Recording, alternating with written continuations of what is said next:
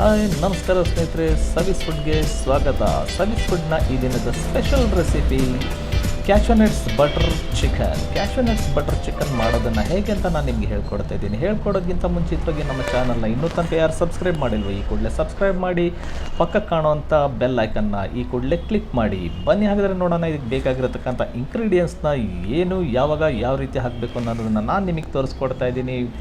First ನೋಡ್ತಾ ಹೋಗಿ. ನಿಮಗೆ ಈ ವಿಡಿಯೋದಲ್ಲಿ ನಾನು ನಿಮಗೆ ಯಾವ್ಯಾವ ಐಟಮ್ಸ್ ಹೇಗೆ ಎಷ್ಟು ಬಳಸಬೇಕು ಅನ್ನೋದನ್ನು ನಾನು ನಿಮಗೆ ತೋರಿಸ್ಕೊಡ್ತಾ ಇದ್ದೀನಿ. ಅದನ್ನು ಹೇಗೆ, ಯಾವ ರೀತಿ, ಯಾವ ಟೈಮ್ನಲ್ಲಿ ಎಷ್ಟೆಷ್ಟು ಹಾಕಬೇಕು ಅನ್ನೋದನ್ನು ನಾನು ನಿಮಗೆ ಹೇಳ್ಕೊಡ್ತಾ ಇದ್ದೀನಿ.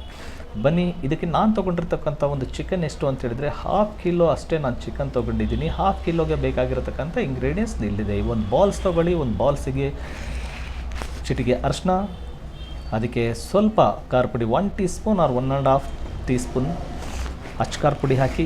ಅಚ್ಕಾರ್ ಪುಡಿ ಹಾಕಿದ ತಕ್ಷಣ ಟೇಸ್ಟ್ಗೆ ಬೇಕಾದಷ್ಟು ಉಪ್ಪನ್ನು ನೀವು ಬಳಸಿ. ಕರ್ಡ್ ಬೇಕಾದರೆ ನೀವು ಹಾಕ್ಕೊಳ್ಳಿ, ಇಲ್ಲ ಅಂತ ಹೇಳಿದರೆ ಅದನ್ನು ಸ್ಕಿಪ್ ಮಾಡ್ಕೊಳ್ಳಿ.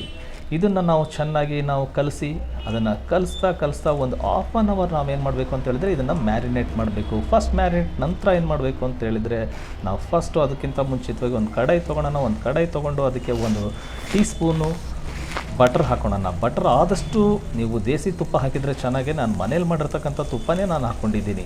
ಇದಕ್ಕೆ ನಾವು 1 ರಿಂದ 2 ಕಟ್ ಮಾಡಿರ್ತಕ್ಕಂಥ ಈರುಳ್ಳಿನ ನಾನು ಮಿಕ್ಸ್ ಮಾಡ್ತಾಯಿದ್ದೀನಿ. ಬನ್ನಿ ನೋಡ್ತಾ ಇರಿ. ಇದನ್ನು ಮಿಕ್ಸ್ ಮಾಡ್ತಾ ಇದನ್ನು ಸ್ವಲ್ಪ ಫ್ರೈ ಮಾಡ್ಕೋಬೇಕು. ಹೀಗೆ ಫ್ರೈ ಮಾಡ್ತಾ ಏನಾಗುತ್ತೆ ಅಂತ ಹೇಳಿದ್ರೆ ಸ್ವಲ್ಪ 1 2 ರಿಂದ 3 ನಿಮಿಷ ಮಾಡಿದ ತಕ್ಷಣ ಗೋಲ್ಡನ್ ಕಲರಾಗಿ ಬರುತ್ತೆ. ನೋಡಿ, ಗೋಲ್ಡನ್ ಕಲರ್ ಆಯಿತು. ಈಗ ಗೋಲ್ಡನ್ ಕಲರ್ ಆಗಿದ ತಕ್ಷಣ ನಾವು 8 ರಿಂದ 10 ಕ್ಯಾಶ್ಯೂ ನಟ್ಸ್, ಏನು ಕಾಜು ಅಂತ ಹೇಳ್ತೀವಲ್ಲ, ಅದನ್ನು ನಾವು ಇದಕ್ಕೆ ಮಿಕ್ಸ್ ಮಾಡಿ 2 ರಿಂದ 3 ಇಂಚು ನಾವು ಇದಕ್ಕೆ ಹಸಿ ಶುಂಠಿನ ಮಿಕ್ಸ್ ಮಾಡ್ಕೋಬೇಕಾಗ್ತದೆ. ಹಾಗೆ ನಾವು ಇದಕ್ಕೆ 3 ರಿಂದ 4 ಬೆಳ್ಳುಳ್ಳಿನ ಮಿಕ್ಸ್ ಮಾಡಿಕೊಂಡು ಚೆನ್ನಾಗಿ ನಾವು ಇದನ್ನು ಕಲಿಸ್ತಾ ಇರಬೇಕು. ಹೀಗೆ ರೀತಿ ಫ್ರೈ ಮಾಡ್ತಾ ನಾವು ಇದಕ್ಕೆ ಒಂದು ಹೆಚ್ಚು ಕಡಿಮೆ 1 ರಿಂದ 2 ಟೊಮೆಟೊ, ಮೀಡಿಯಮ್ ಸೈಜ್ ಟೊಮೆಟೊನ ನಾವು ಮಿಕ್ಸ್ ಮಾಡ್ಕೋಬೇಕಾಗ್ತದೆ. ಮೀಡಿಯಮ್ ಸೈಜ್ ಇದನ್ನು ಮಾಡಿಕೊಂಡು ಟೊಮೆಟೊ ಮಿಕ್ಸ್ ಮಾಡಿಕೊಂಡು ಅದಕ್ಕೆ ಬೇಕಾದಂಥ 2 ರಿಂದ 3 ಟೀ ಸ್ಪೂನಷ್ಟು ಮತ್ತೆ ಅಚ್ಕಾರ ಪುಡಿ ಹಾಕಿ ನಾವು ಮಿಕ್ಸ್ ಮಾಡ್ತಾ ಅದನ್ನು ನಾವು ಮತ್ತೆ ಅದಕ್ಕೆ ಬೇಕಾದಷ್ಟು ಸ್ವಲ್ಪ ಕೊತ್ತಂಬರಿನ ಹಾಕಿ ಮಿಕ್ಸ್ ಮಾಡ್ಕೋಬೇಕಾಗ್ತದೆ. ಈ ಮಿಕ್ಸ್ ಮಾಡಿದ ತಕ್ಷಣ ಏನಾಗುತ್ತೆ ಅಂತ ಹೇಳಿದ್ರೆ ಇದರಲ್ಲಿರ್ತಕ್ಕಂಥ ನೀರಿನ ಅಂಶ ಎಲ್ಲ ಹೋಗುತ್ತೆ. ಅದನ್ನು ನಾವು ಮಿಕ್ಸಿಗೆ ಹಾಕೋಬೇಕಾಗ್ತದೆ. ಈ ಮಿಕ್ಸಿಗೆ ಹಾಕಿದ ತಕ್ಷಣ ಏನಾಗುತ್ತೆ, ಈ ಥರ ಪೇಸ್ಟ್ ಆಗುತ್ತೆ. ಈ ಥರ ಪೇಸ್ಟು ನಾವೇನಾಗುತ್ತೆ, ಎಷ್ಟು ಸಖತ್ತಾಗಿದೆ ಅಲ್ವಾ. ಬನ್ನಿ ಹಾಗಾದರೆ ಒಂದು ಕುಕ್ಕರ್ಗೆ 2 ಟೀ ಸ್ಪೂನಷ್ಟು ನಾವು ಬಟರ್ನ ಹಾಕೋಣ. ಬಟರ್ನ ಹಾಕ್ಕೊಂಡು ನಾವು ಅದನ್ನು ಚೆನ್ನಾಗಿ ಲೋ ಫ್ಲೇಮ್ನಲ್ಲಿ ಇಟ್ಕೊಂಡು ಕಾಯಿಸ್ತಾ ಇರಬೇಕಾಗ್ತದೆ. ಹಾಗೆ ನಾವು ಮ್ಯಾರಿನೇಟ್ ಮಾಡಿರ್ತಕ್ಕಂಥ ಚಿಕನ್ ಇದಕ್ಕೆ ಮಿಕ್ಸ್ ಮಾಡ್ಕೋಬೇಕು.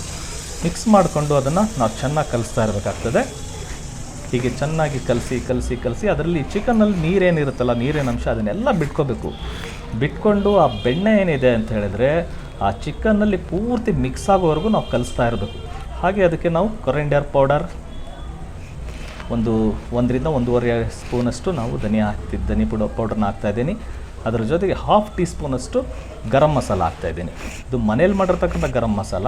ಹಾಗಾಗಿ ಇದನ್ನು ನಾವೇನು ಮಾಡಬೇಕು, ಸ್ವಲ್ಪ ಕಲಿಸ್ತಾ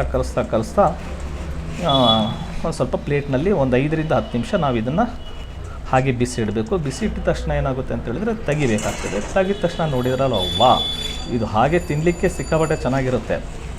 ನೋಡಿದ್ರಲ್ಲ ಎಷ್ಟು ಚೆನ್ನಾಗಿದೆ, ಕಲರೇ ಚೇಂಜ್ ಆಗಿದೆ ಅಲ್ವಾ. ಇವಾಗ ಇದನ್ನು ನಾವು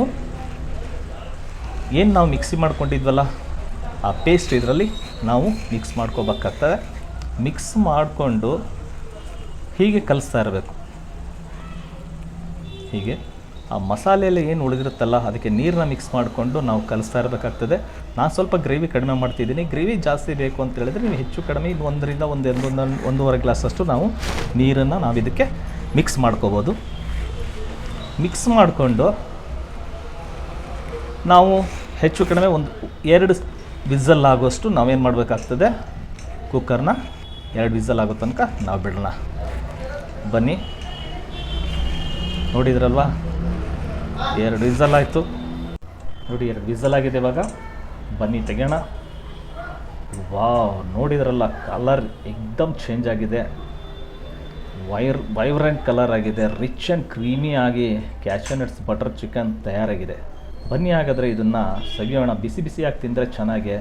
ಇದನ್ನು ಬಟರ್ ನಾನ್ ಜೊತೆಗೆ ಅಥವಾ ಚಪಾತಿ ರೊಟ್ಟಿ ಜೊತೆಗೆ ತಿನ್ನಲಿಕ್ಕೆ ಸಿಕ್ಕಾಪಟ್ಟೆ ಚೆನ್ನಾಗಿರುತ್ತೆ. ಇದು ಕ್ರೀಮ್ ಹಾಕ್ಕೊಂಡ್ರಂತೂ ಏಕ್ದಮ್ ಸೂಪರ್ ಆಗಿರುತ್ತೆ. ಹೇಗಿದೆ ನೋಡ್ತಾ ಇದ್ದೀರಲ್ಲ, ಚೆನ್ನಾಗಿದೆ ಅಲ್ಲ? Thank you.